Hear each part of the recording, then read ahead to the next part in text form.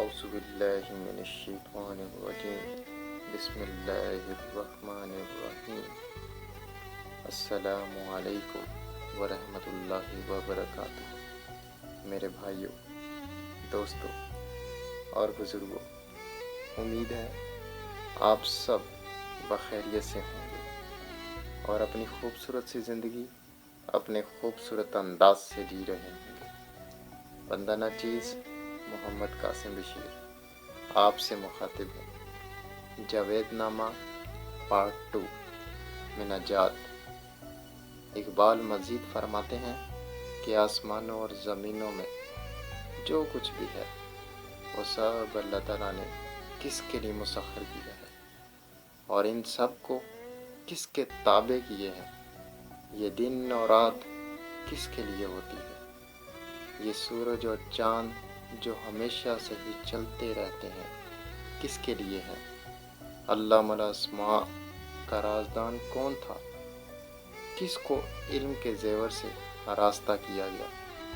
اور وہ کون تھا جس نے روز الست اپنے رب کے حضور بلا کا نعرہ بلند کیا؟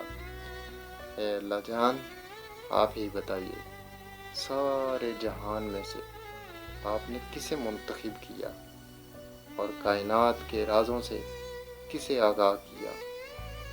ہاں میرے اللہ جان، وہ انسان ہی تھا جسے آپ نے افضل مخلوقات بنایا اور کائنات کے راز بھی اس پر ظاہر کیے۔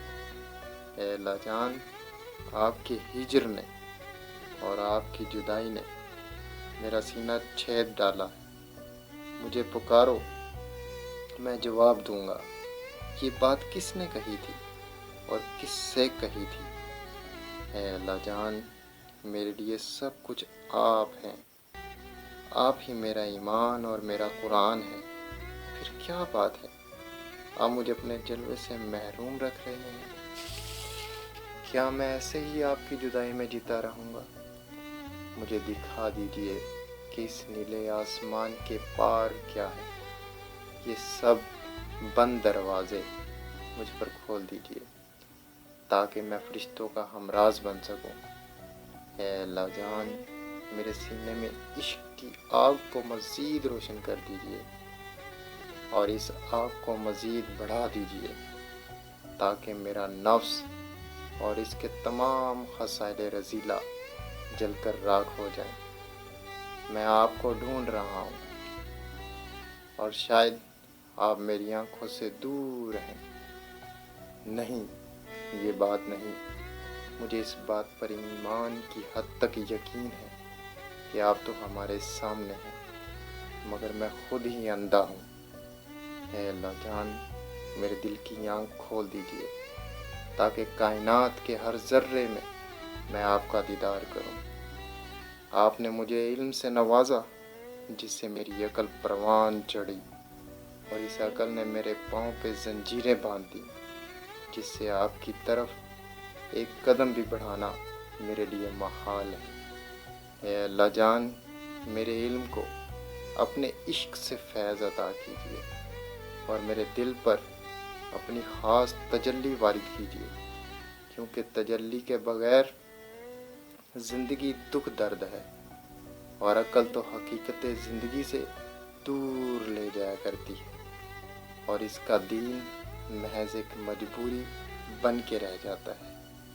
یہ پہاڑ، یہ جنگلات، یہ سمندر اور یہ دنیا ہمیں صرف اللہ پاک کی خبر دیتے ہیں، مگر میں آپ کے دیدار کا مشتاق ہوں۔ اے میرے جان، میرے اس بے چین دل کو راحت عطا کر دیجیے اور چاند کے اس ٹکڑے کو چاند سے ملا دیجیے اور آسمان کے اس پار سے صدا دیجیے کہ میں قریب ہوں، کہ میں قریب ہوں، تاکہ یہ شمال، یہ جنوب، یہ سب سورج اور چاند کی طرح نظر سے اوجھل ہو جائیں۔ آمین ثم آمین۔ وما علینا الا البلاغ المبین۔ آپ کی توجہ کا بے حد شکریہ۔ والسلام۔